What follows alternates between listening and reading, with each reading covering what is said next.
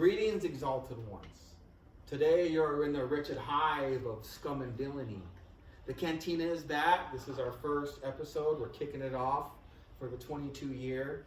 And today we have one of our newest staff members. Let's welcome Mr. Gamble. Mr. Gamble. We've like worked together for this is our 17th year. You started 6 months before me. Remember, our kids are like 6 months. I got married on your birthday. You got married on my birthday. Not really. Something like that. So, we have Mr. Gamble here. He's been here 18 years. Congratulations. It's a long time. So, we have some questions. This is what we do in our format. We're going to sit down our newest staff members right here, and we're going to ask them some questions. So, I know you guys are very impatient. I am too. We're going to get right to them. Mr. Gamble, question number 1.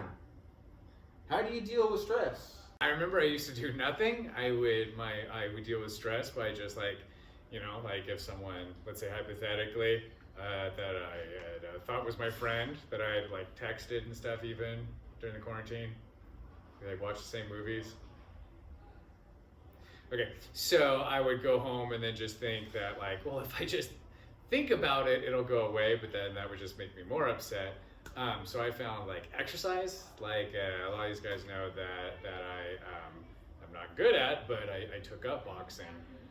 After you exercise and after you go boxing, not boxing someone, hitting a bag. I saw you. You were like Muhammad Ali in there. So I didn't want to say it, but after you exercise, play a sport, do something like that, there's no way to still be festering and thinking about it. It's out of your system that you're whatever. I totally agree. It's all sweated out. You feel like a wet noodle, right? Yeah. After, just Yeah. Actually, I have training with Coach Rios today, and then after that, maybe I won't be focused on, someone forgetting my name and who I am. Exercise, really good for you guys. So question number 2. What fictional character would you be best friends in real life? Darth Vader. He's crazy. Rogue One, the end of it, when he just goes berserk and he's not even using moves, he's just freaking out. I would want to be best friends with Darth Vader, and I would just antagonize him the whole time and be like, I don't know, dude, that dude over there seemed like they were... Walk into a restaurant, right? They were bugging you. Yeah. Walk into Michael's with Darth Vader, flash your lightsaber when you're walking in. I'd be like, oh, really? Dude, I just thought the waiter was being rude with you, Darth, but if you're going to take that, good for you. If you're going to let him punk you out like that, I would provoke him all the time. I would be the worst. You're braver than me, because I don't think I'd want to hang out with Darth Vader. Maybe Obi-Wan, because he's a lot nicer, but... I feel like Obi-Wan would always be judging me, though. He'd be like, Bryce, that is the bad side of that. I'd be like, I don't need your... That's a great point. But it's better than getting kind of your arm cut off by lightsaber. Because Darth Vader's got a bad temper. He does? Whoosh! You're done. Question number 3. So, Mr. Gamble, it is. What inspires you in your career? It's funny, with teaching, I remember when I was a student, I always thought that the teacher loved the kid who, understood the work right away. That, Me? That was me. Wasn't me. I'd be the kid in the back just hiding, being like, I don't understand any of this. Don't call on me. Yeah, just don't call on me. I don't understand how any of this works. But yeah, so I would have thought it would have been you, the student that knew everything, but actually as a teacher... not a teacher, as a staff member, because I know you're the same. You like those kids that you can, for lack of a better word, help, that you can connect with, that you could be like, oh, okay, I see why you're doing it like this. It's actually... It makes me feel smarter about myself. Well, that, makes you feel like you did something, but, that's why we go into working in schools. Not because we had to, because, we want to work with those students that we could assist, that we could make a difference with. That's, it's almost if you're dancing, there's there's days where you're kind of not doing it, but then there's days you really get going, you really get moving, and those are the days that just fly by. You're just up there, you're just doing it, you're just going for it.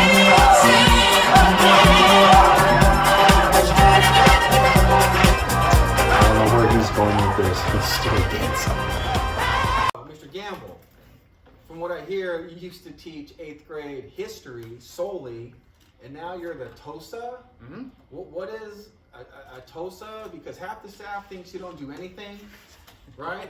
Can you please set the staff and, quite frankly, myself straight?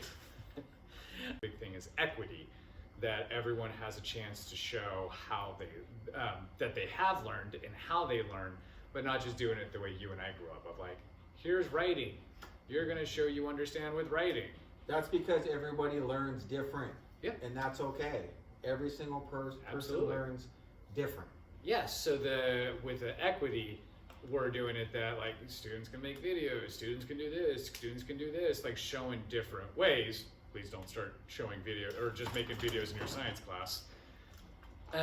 But for the staff, teachers to start opening up these different ways, explaining it to students, having that. So they need basically a staff member to kind of be running in between. So I had a student ask the other day, am I a teacher for teachers?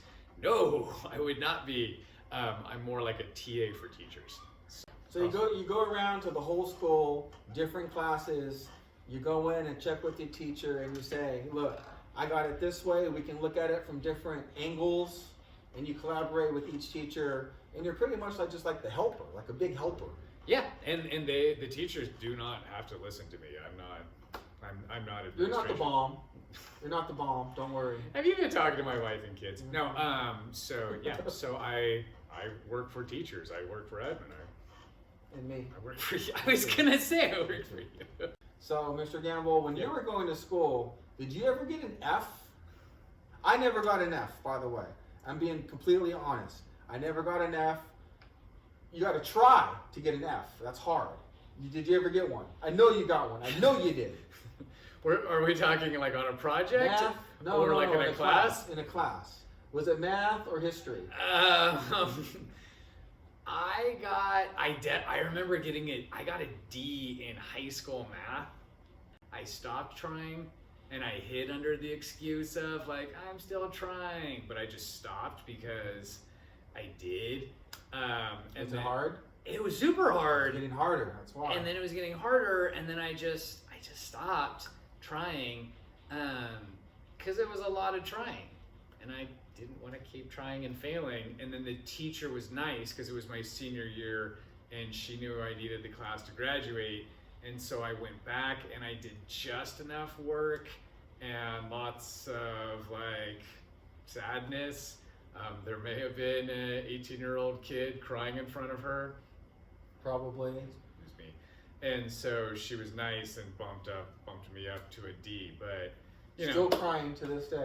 Still crying to this day, and then, but it's funny because like, you know, I learned eventually at my age of 45 that like, well, when it's not working because you're trying, you keep trying. The point of at this some story, point in there, if I'd kept trying, I would have gotten it. keep trying. Things are hard, life is hard, school's hard. If things just get harder, you got to try harder. You just can't throw in the towel.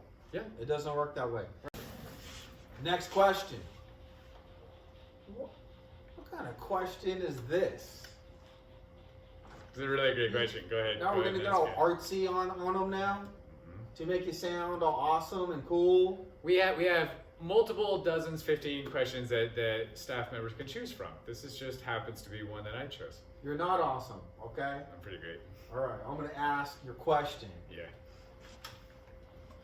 Here we go. This is going to show how deep I am. Here we go, okay. Here's the question. Try explaining the color red to someone who is blind.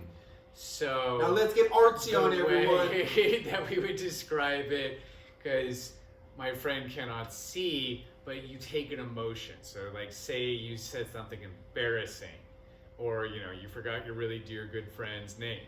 That color of your cheeks, that fire, that blood coming to it, that is red. You're not going to edit this, by the way, because I edit this. I'm taking all this You're not out. editing this. I edit this because it's. So I'm going to look amazing here, and you take that energy. That's the color of red. How about See, throwing I someone look into so a fireplace? You're not gonna throw someone into a fire. They don't understand. That's that. red. No, we're not gonna. Okay, I'm gonna edit this out.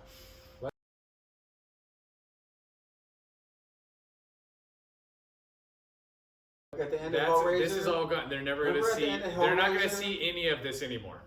Hellraiser. Remember at the end, all the flames. Then the guy. Next question. What kind of question is this? It's a really great question. Go ahead. Now we're gonna get all artsy on them now to make you sound all awesome and cool. We have multiple dozens, 15 questions that staff members can choose from. This is just happens to be one that I chose. You're not awesome, okay? I'm pretty great. All right, I'm gonna ask your question. Yeah. Here we go. This is gonna show how deep I am. Here we go. Okay. Here's the question. Try explaining the color red to someone who is blind.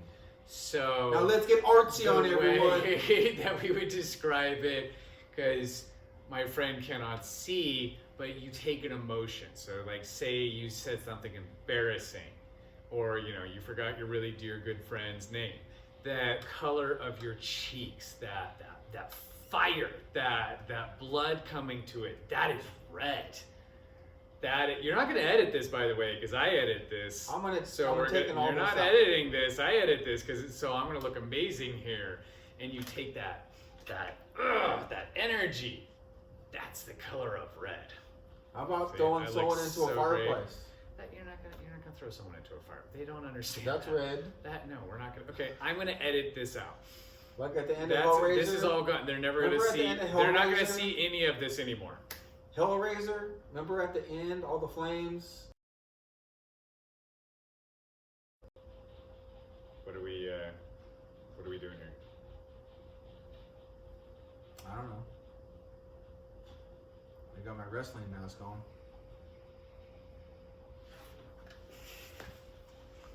See? Rey Mysterio.